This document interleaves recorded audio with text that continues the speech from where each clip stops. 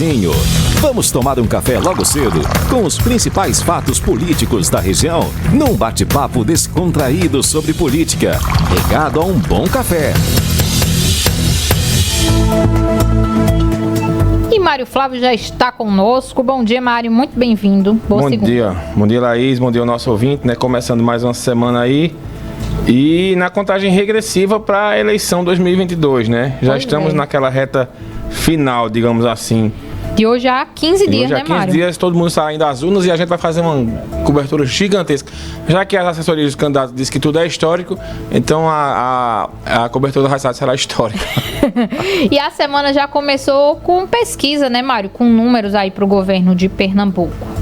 Verdade, Laís. A gente traz aqui mais um dado, né, da pesquisa IPESP, né, que foi divulgada hoje pela Folha de Pernambuco. O Instituto de Pesquisas Sociais, Políticas e Econômicas, o IPESP, divulgou hoje mais uma rodada de pesquisas, o que mostra aí a Marília Reis consolidada na liderança do primeiro turno, chegando a 35% das intenções de votos. Um número praticamente igual à pesquisa do IPEC, que foi divulgada semana passada pela TV Globo, né? Na segunda colocação, houve uma oscilação em relação à última divulgação, né, desse quadro do IPESP. Agora quem está em segundo é o Anderson Ferreira, do PL, ele está com 13%, empatado tecnicamente, né, com Raquel Lira, do PSDB, que tem 12%, e Danilo Cabral, que chegou a 12% das intenções de voto, empatando também na segunda colocação. Na quinta colocação aparece o Miguel Coelho, né, com 10%. Miguel, que parece que chegou a um teto. Ele, em toda pesquisa que sai, ele não chega a 11%, é sempre 9%, 10%. Então, repetindo para o ouvinte, Marília Reis 35%, né, Anderson Ferreira 12%, Anderson Ferreira 13%, Raquel 12%, Danilo Cabral 12% e Miguel Coelho 10%. A margem de erro da pesquisa é 3,2 pontos percentuais, o que indica um empate técnico, né, na segunda posição aí. Agora uma margem de erro grande, né, Mário?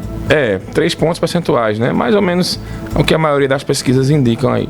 Os candidatos Pastor Wellington tem 1%. João Arnaldo não alcançou 1% e os demais não chegaram a 1%. Em relação à pesquisa anterior do IPESP, Marília Reis tinha 29%, subiu para 31% e agora 35%. Ela vem em ascensão, a Marília Reis. Anderson tinha 12% em julho, o mesmo número na pesquisa na segunda e agora chegou a 13%. Raquel teve os mesmos 13% nas duas primeiras pesquisas e agora ficou com 12%. Danilo começou com 10%, subiu para 11%. E agora chegando a 12%. Já Miguel Coelho tinha 9%, passou para 10% e segue com 10%. Então, mostra aí, Laís, um número que consolida a Marília Reis.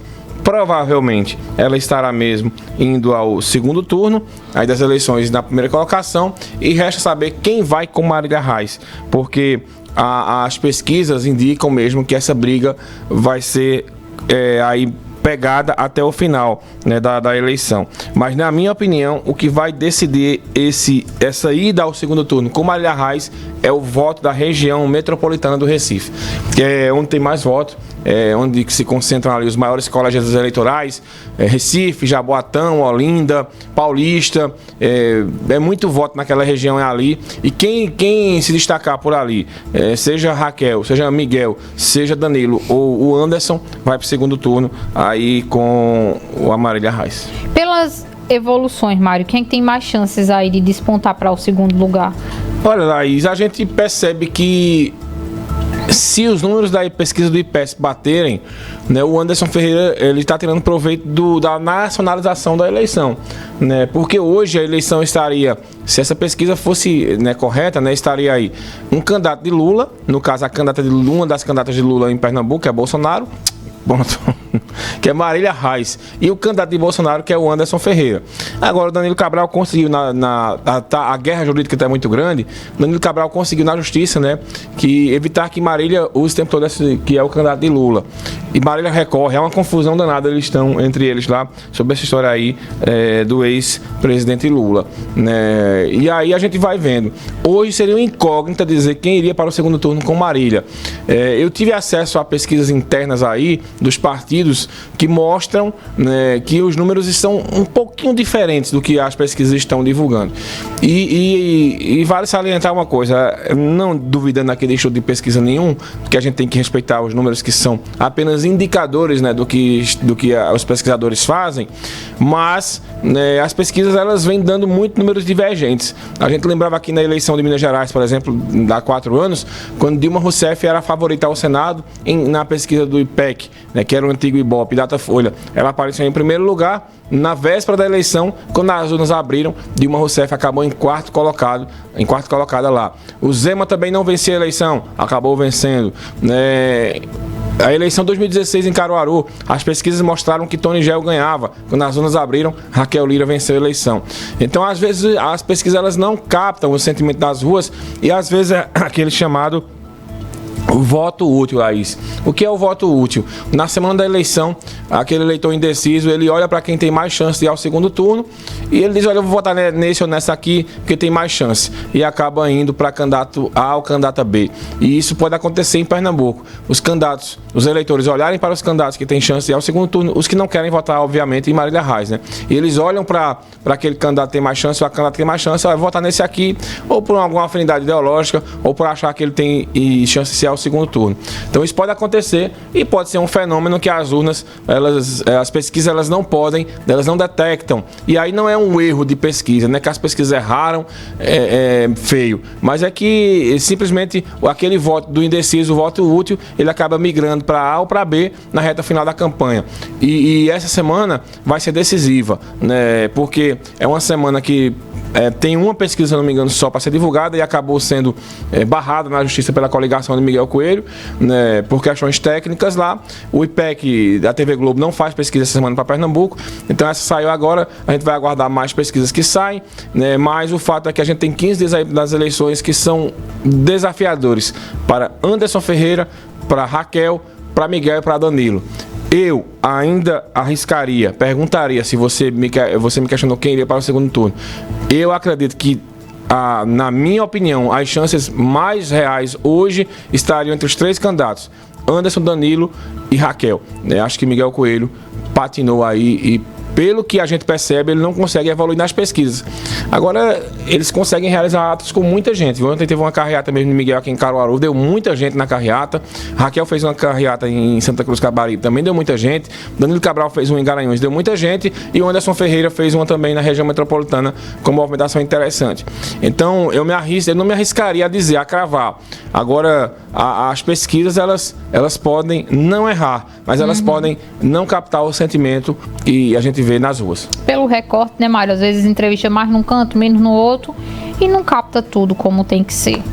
Bom, Mário, essa semana, né, a gente vai ter aí mais alguma pesquisa para ser divulgada. Acho que todo dia pelo menos sai uma, né? Para presidente hoje sai Datafolha e IPEC, né, nacionalmente.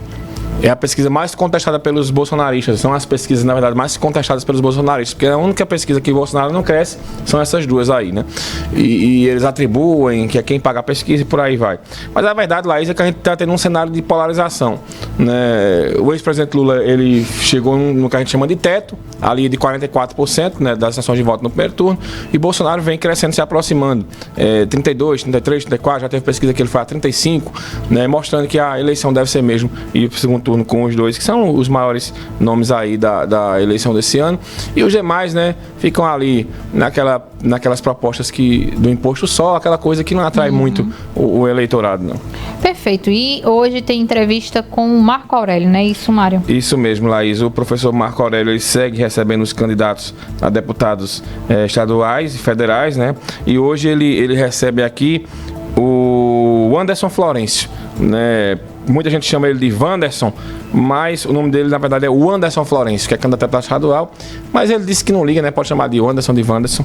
Ele vai estar aqui hoje com a gente. Ele quer saber do número, né, Mário? É verdade. Pois tá certo, Mário. Hoje Manhã Cidade com você, não é isso? E a gente se encontra no cafezinho amanhã. Obrigada. Se Deus quiser. Mas aí eu esqueci que Mário Flávio também é especialista em futebol. Então, vamos ao futebol, Mário. Notícia boa para começar a semana. O Central venceu o Belo Jardim na estreia da Série A2 do campeonato. Bom sinal? Como diz o O José Maria Imael, sinais. Fortes sinais. Olha, o Central não jogou bem, mas venceu, né? E nessa Série A2, do jeito que o time foi montado às pressas, eu acho que valeu. Agora o Belo Jardim deu um trabalho danado ontem. A gente acompanhou o jogo lá, eu, o Lucas Medeiros e o Nilton Silva, né? Maria Clara também estava lá com a gente. Foi um jogo complicadíssimo para o Central. E no finalzinho, aos 37 do segundo tempo, o time achou um gol lá e acabou saindo com a vitória e abriu 3 pontos. É o líder do grupo. O Porto jogou no sábado, não teve um desempenho tão ruim quanto Central, mas também não venceu. Veja o que é futebol, né? Foi um jogo muito complicado, muito duro contra a equipe do Ipiranga. 0-0. Porto fez um pontinho aí, mas eu acredito que Porto Central vão brigar aí para passar de fase, né? Eu gostei. Também Ipiranga e o time do Belo Jardim. Eu acho que esses 4 aí, na minha opinião, vão passar para a segunda fase. Os outros 2 tem que ter times muito bons aí, Maguari e o outro time para chegar. É uma chave muito dura essa Central, mas enfim, a esperança é boa para os times caruaruenses. Hoje à noite tem... Eu ia perguntar, você já tem data para um clássico matuto? Dia 16 de outubro. Muito bem. Lá no Lacerdão. E os times só voltam a jogar no dia 25. A semana não tem rodada por causa da eleição da Federação Pernambucana, né? Então na semana que vem eles jogam. E hoje à noite tem o Sport em campo, né? O Sport que foi ultrapassado pelo Ituano, caiu para a 7ª posição, mas se manteve a 5 pontos do G4, porque o Vasco tá doidinho para deixar essa vaga da Série A do ano que vem para alguém, mas parece que o Sport não quer, porque quando joga fora de casa, o Leão perde. Jogou 2 partidas fora de casa, perdeu as 2, hoje chega pressionado para jogar contra um adversário complicadíssimo, mas que nos últimos anos é um freguês do Sport. É o Bahia, que joga no caô lá, vem perdendo, mas o time do Bahia está bem mais arrumado esse ano do que o Sport. É um clássico nordestino, né? Os 2 se auto-intitulam os maiores do Nordeste. Então vou jogar hoje Sport contra o Bahia e a gente vai, é claro, transmitir na parceria dobradinha com a Rádio Clube. E o Náutico ganhou de novo, né? Para manter a esperança dos Timbus e diminuiu aí para 4 pontos a diferença para sair da zona de rebaixamento e vai pegar justamente o Vasco. Não vai pegar ninguém mesmo. Fora de casa. Mas como disse certa vez um ex-jogador aqui de Caruaru que deu uma entrevista ao Globo Esporte Nacional, a esperança é a única que morre. Vamos torcer que ela não morra e o Náutico também não. Bom, minha gente, quem traz mais detalhes, né, outras informações aí sobre o futebol é Eri Santos, no Pronto Torcedor 10h40 e 11h30 da manhã tem futebol na cidade, primeiro tempo com Patriota Júnior e Maria Clara Lopes. Você fica amanhã todinho ligadinho na Rádio Cidade, porque fica bem informado. Eu vou me despedindo por aqui, desejando para vocês um ótimo início de semana, que seja uma semana abençoada. A gente se encontra amanhã 7h25 aqui no Jornal da Cidade. Um abraço.